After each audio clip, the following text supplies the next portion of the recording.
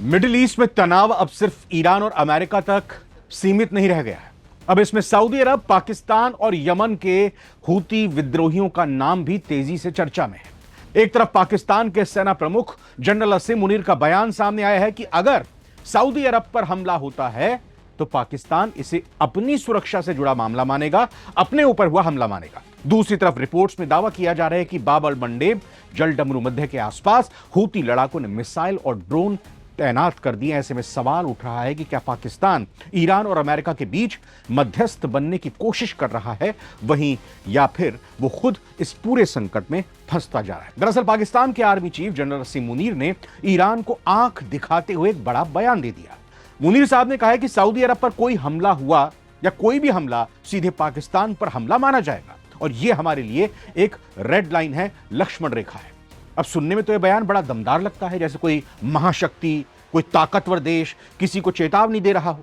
लेकिन दुनिया भर के रक्षा विशेषज्ञ अपना माथा पीट रहे हैं और पूछ रहे हैं कि मुनीर साहब आखिर किस हैसियत से ईरान को रेड लाइन आप दिखा रहे हैं, जो देश खुद IMF के कर्ज और सऊदी अरब की इमदाद यानी भीख पर चल रहा हो, वो मिसाइलों से लैस ईरान को युद्ध की धमकी दे रहा है। मतलब पाकिस्तान सऊदी का बॉडीगार्ड बन रहा है। देखिए, मजेदार बात यह है कि एक तरफ पाकिस्तान ईरान को धमकी दे रहा है और दूसरी ओर वो अमेरिका और ईरान के बीच चल रहे महातनाव में डील का ठेकेदार यानी मध्यस्थ, बिचौलिया बनने की कोशिश कर रहा है।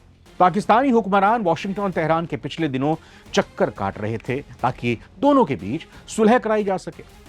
लेकिन सवाल यह है कि जो खुद अपनी डूबती हुई अर्थव्यवस्था को नहीं संभाल पा रहा, अपने देश में हो रहे बवाल को नहीं संभाल पा रहा, POK में बलूचिस्तान में जो कुछ हो रहा है वो नहीं संभाल पा रहा, तो पाकिस्तान बाहर के झगड़ों को कैसे झेल पाएगा। असल में पाकिस्तान बुरी तरह फंस चुका है। अगर वो सऊदी का खुलकर साथ देता है तो पड़ोसी ईरान उसकी सीमा पर आतंकियों या अपनी मिसाइलों का रुख मोड़ सकता है, और अगर वो ईरान के खिलाफ नहीं बोलता है तो सऊदी अरब पाकिस्तान के सेंट्रल बैंक में रखे अपने अरबों डॉलर वापस निकालेगा और फिर कभी उसको कर्ज नहीं देगा, जिससे पाकिस्तान दिवालिया हो जाएगा।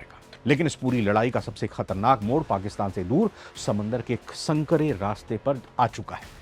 खबर यह है कि यमन के हूती विद्रोहियों ने बाब अल मंडेब जलडमरू मध्य के मुहाने पर सैकड़ों घातक मिसाइलें और सुसाइड ड्रोन्स तैनात कर दिए हैं। हॉर्मुज में चल रहे तनाव के बाद अब हूतियों ने इस दूसरे सबसे बड़े समुद्री रास्ते को ब्लॉक करने की पूरी तैयारी कर ली है। खुफिया रिपोर्ट्स की माने तो हूतियों की उंगली मिसाइल के ट्रिगर पर है और वो सिर्फ ईरान से अटैक ऑर्डर का इंतजार कर रहे हैं। जैसे ही तेहरान से ग्रीन सिग्नल मिलेगा, बाब अल मंडेब से गुजरने वाले हर अमेरिकी, ब्रिटिश और सऊदी अरब के जहाजों पर मिसाइलों की बरसात शुरू हो जाएगी।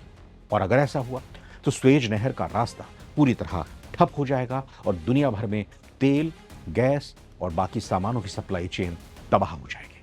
असीम मुनीर जानते हैं कि हूतियों का कमांड देने वाला रिमोट कंट्रोल ईरान के पास है, इसीलिए वो सऊदी को खुश करने के लिए बयानबाजी तो कर दे रहे हैं, लेकिन जंग के मैदान में उतरने से कतरा रहे हैं। कुछ अपने फौज उन्होंने सऊदी अरब में भेजी भी है, लेकिन वो फौज भी वहां पर फंसी हुई है। ईरान भी पाकिस्तान के इस डबल गेम को अच्छे से समझता है। ईरान ने साफ कर दिया है कि अगर पाकिस्तान की धरती या उसकी सेना का इस्तेमाल सऊदी या अमेरिका ने ईरान के खिलाफ किया तो इसका अंजाम बेहद खतरनाक होगा और पाकिस्तान को भुगतना पड़ेगा।